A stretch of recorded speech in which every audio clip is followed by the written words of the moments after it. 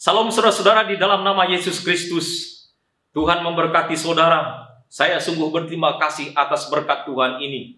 Kuasa Roh Kudus Tuhanlah yang memimpin kita semuanya, yang selalu tetap setia mendengarkan firman Tuhan. Karena saya percaya firman Tuhan ini terus menjadi alat motivasi, semangat dalam hidup kita saudara-saudara. Untuk saya terus dalam hidup ini berjalan sesuai dengan kehendak Tuhan.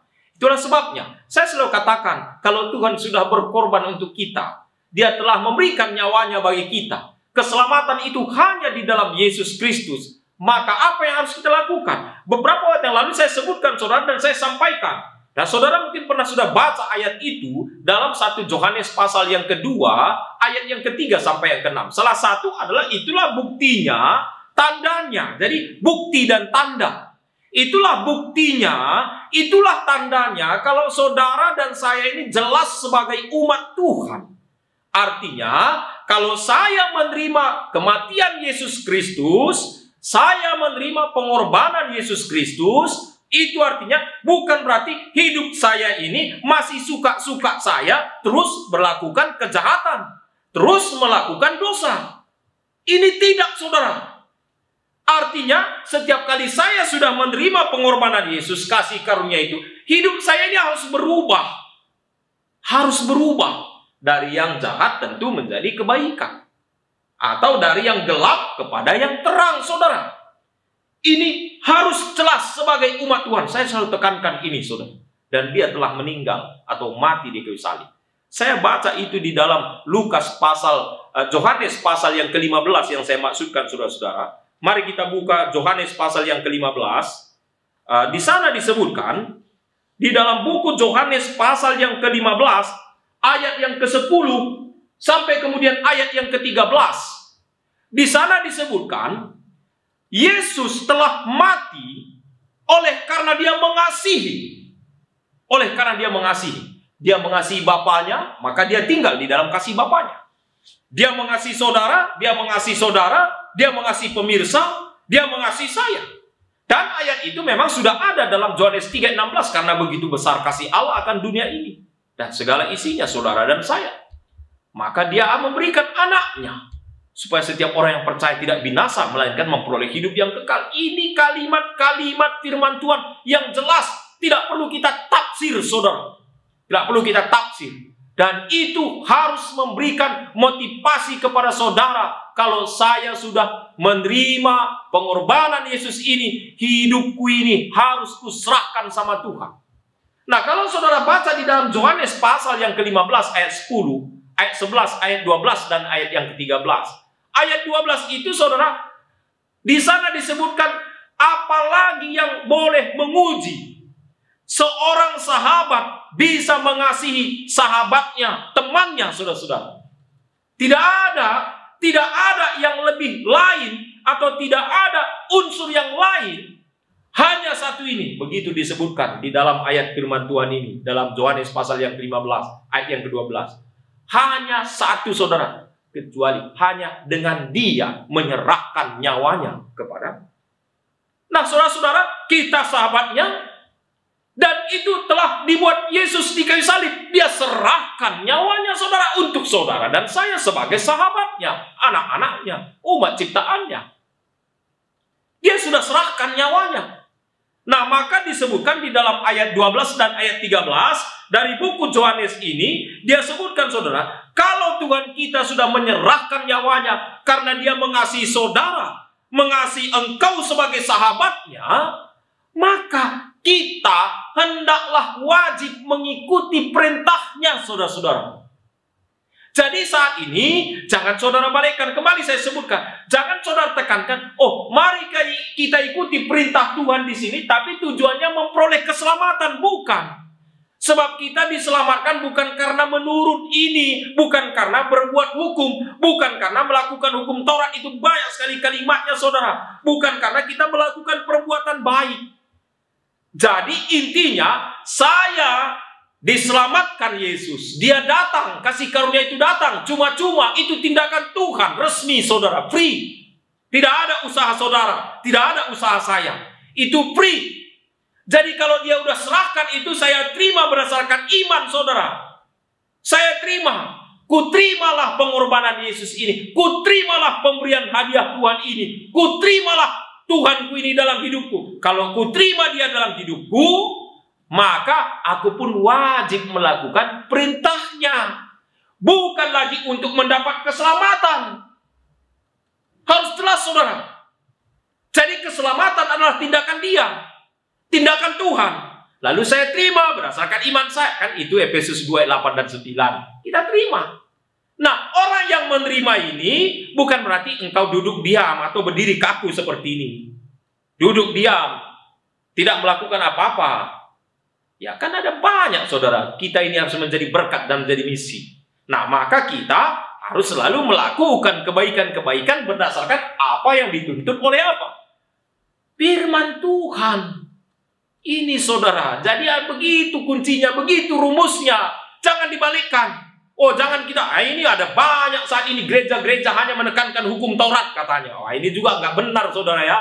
Ada banyak gereja-gereja saat ini hanya menekankan perbuatan baik. Ada banyak mungkin umat Tuhan juga pada saat ini hanya ingin menekankan yang penting turut hukum. Ada juga banyak menekankan kalau kita tidak menurut hukum, kita tidak selamat. Memang saudara kalau dibawakan di dalam aturan sehari-hari, ini beda dengan konsep doktrin daripada firman Tuhan ini. Nah, contoh saudara, kita misalnya pergi berjalan, kita bawa sepeda motor, lalu kita tidak menggunakan helm misalnya saudara ya. Lalu di tengah jalan kita dicegat, diperiksa oleh pihak berwajib, polisi. Atau kemudian saudara-saudara, karena saya tidak punya helm tadi, tidak menggunakan, lalu saya jatuh di jalan, terbentur kepala saya pecah, rontok misalnya saudara ya. Ada yang meninggal misalnya saudara, ada yang sekarat, ada yang koma dia, kritis saudara ya. Ada yang mungkin geger otak dan lain sebagainya. Lalu orang katakan, itulah karena kamu tidak menggunakan helm, karena kamu tidak menuruti peraturan, maka hidupmu tidak selamat. Beda konsepnya itu saudara ya, beda konsepnya. Tentu yang seperti demikian kita hargai. Tapi sebelum Adam dan Hawa itu minta keselamatan itu, Tuhan sudah berikan duluan. Kalau Adam dan Hawa itu saudara, dia sudah takut itu, lari dia di Taman Eden itu, menyembunyikan diri dari Tuhan. Jadi yang mau saya tekankan, Tuhan dulu bertindak. Karena dia bertindak, ini karena kamu sudah berdosa, saya berikan jalan keselamatan aku melalui upacara lambang domba di perjanjian lama. Tapi kemudian di perjanjian barunya datang langsung yang aslinya, Yesus Kristus mati di kayu salib. Dan dia sudah datang itu, maka ku terima itu saudara. Saudara harus terima. Terimalah kematian Yesus, terimalah kasih karunia ini. Tapi terimalah itu berdasarkan imanmu. Dan iman ini akan bekerja. Iman ini akan dibuktikan melalui perbuatan baik yang sesuai dengan ini. Itu sebabnya Yesus katakan di sini dalam Yohanes pasal 15 ayat 10 sampai 13. Dia katakan, aku telah memberikan nyawaku kepadamu. Karena itu kamu pun wajib mengikut perintah-perintahku. Perintah-perintah Tuhan. Yang mana itu perintah Tuhan? Coba saya kembali ke perjanjian lama saudara sedikit ya. Artinya perjanjian lama dan perjanjian baru adalah perintah Tuhan. Jadi ada beberapa prinsip di sini banyak sekali. Hanya di perjanjian lama ada beberapa yang lambang-lambang saudara ya. Itu saja. Saya buka misalnya di dalam buku Ulangan pasal yang ke-4 ayat yang ke-13 saudara ya. Mari kita buka Alkitab kita dalam Ulangan pasal yang ke-4 ayat yang ke-13. Begini bunyinya saudara-saudara ya. Saya baca firman Tuhan di sini dalam Ulangan pasal yang ke-4 ayat yang ke-13. Firman Tuhan berkata demikian. Dan ia memberitahukan kepadamu perjanjian yang diperintahkannya kepadamu untuk dilakukan, yakni ke-10 firman, dan ia menuliskannya pada 2 loh batu. Dan ia di sini saudara, pada waktu tulisan Musa di sini di buku Ulangan pasal yang ke-4 ayat yang ke-13 ini saudara dia mengambil kembali atau mengingat kembali pada waktu dia naik ke Gunung Sinai, dia bincang-bincang dengan Tuhan. Lalu Tuhan menuliskan di sana ke-10 hukum, bukan tulisan Musa saudara. bukan tulisan Musa. Tulisan Musa kemudian nanti setelah diambil itu 2 loh batu itu, baru dituliskan kemudian di dalam sebuah buku. Itulah kemudian ditaruh nanti di samping apa? Tabut perjanjian. Itu dia saudara. Tetapi loh batu itu adalah murni tulisan Tuhan. Kalau saudara tidak baca, bacalah Ulangan pasal 4 yang ke-13 ini. Tuhan. Lalu Tuhan memberikan perjanjian itu, yakni ke-10 firman yang harus dilakukan. Amin saudara ya. Saya nggak main-main dengan ayat firman Tuhan ini saudara. Jangan sampai saudara tanggung-tanggung. Jangan saudara dicopot-copot pula. Atau misalnya sekat-sekat. Ini ke-10 firman. Di mana ke-10 firman? Ke-10 firman itu, kalau saudara ingin mulai nomor 1 sampai nomor 10, tentukan itu ada dalam Keluaran 20 ayat yang ke-3 sampai ayat yang ke-17. Mulai dari hukum pertama saudara-saudara ya. Ya jangan ada padamu Allah yang lain. Ya jangan membuat patung. Jangan sebut nama Tuhan dengan sembarangan. Ingat dan kuduskanlah hari Sabat. Hormatilah orang tuamu. Jangan membunuh. Jangan berzina. Jangan mencuri. Ya kan begitu ya. Jangan mengucap saksi dusta. Dan jangan apa? Mengingini harta sesama manusia. Ini kan 10 hukum. Yang mana ke-10 itu? Yaitu dia. Terus Tuhan katakan dalam Ulangan pasal yang keempat ayat 13, yakni aku memberikan ke-10 perjanjian ini yang harus kamu lakukan. Walaupun konteksnya saat itu saudara kepada bangsa Israel. Itu secara prinsipnya. Jadi yang mana itu? 10 hukum yang ditulis oleh Allah. Saudara bandingkan Ulangan pasal yang keempat ayat yang ke-13 dengan Keluaran 31 ayat yang ke-18.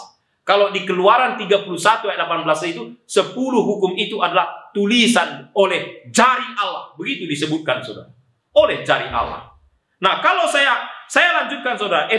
Ulangan pasal yang keempat ayat yang ke-13 dengan Ulangan pasal yang ke-10 ayat yang keempat. Begini bunyinya saudara-saudara. Dalam Ulangan pasal yang ke-10 ayat yang keempat. Dan pada loh itu ia menuliskan sama dengan tulisan yang mula-mula ke-10 firman yang telah diucapkan Tuhan kepadamu di atas gunung dari tengah-tengah api pada hari kamu berkumpul. Artinya saudara-saudara, Tuhan memberikan 10 hukum itu, 2 loh itu. Nah, yang mau saya katakan bagi kita saudara, kalau saudara sudah menerima keselamatan dari Yesus, kalau saudara sudah terima pengorbanan Yesus, kalau saudara terima kematian Yesus, kalau saudara terima kasih karunia itu dengan cuma-cuma, bukan berarti saudara diam dalam hidup ini, saya mau melakukan dosa lagi terus. Bukan seperti itu komitmennya saudara. Tapi setelah saya terima itu semuanya, kita sebagai umat Tuhan harus memiliki komitmen. Wajiblah kita menuruti apa? Perintah Tuhan ini. Yang mana perintahnya? Tadi saudara, 10 hukum itu mencakup ini semuanya. Mencakup firman Tuhan ini semuanya. Ini harus jelas bagi umat Tuhan. Jadi saudara jangan balikkan. Jangan saudara tanggung-tanggung. Jangan saudara katakan, ini kan nggak perlu lagi nih. Atau saudara katakan perjanjian lama itu sudah nggak perlu lagi itu. Atau saudara katakan ini perjanjian baru nggak perlu lagi nih. Atau saudara pilah-pilah di sini, nggak perlu lagi. Tidak saudara. Saudara menerima kematian Yesus, maka saudara wajib melakukan perintahnya, hukumnya. Itulah tandanya. Kemarin saya sudah sebutkan ayat itu, bahwa kita di dalam Tuhan. Itulah tandanya bahwa kita mengenal Allah. Itulah buktinya saudara-saudara, kalau saya menerima kematian dan keselamatan dari Yesus. Jadi saudara pemirsa dimanapun Anda berada, harus jelas sebagai umat Tuhan kita saudara. Jangan main-main dengan firman ini. Harus buat komitmen. Karena aku telah diselamatkan Tuhan. Ini harus menjadi motivasi bagi saudara semuanya. Supaya tetap setia mengetahui apa? Rencana Tuhan dan keselamatan yang Tuhan sudah berikan bagi saudara. Kalau itu sudah terjadi saudara-saudara, kalau engkau sudah ada itu, maka saudara akan lebih mudah melakukan apa? Perintah-perintah Tuhan ini. Apa yang terjadi? Imanmu akan bertumbuh. Adalah doa dan harapan saya kepada saudara dimanapun berada. Sehingga engkau menjadi umat Tuhan yang tetap setia. Karena keselamatan yang dari Yesus telah diberikan bagi kita semuanya. Tuhan memberkati kita sekalian. Amin.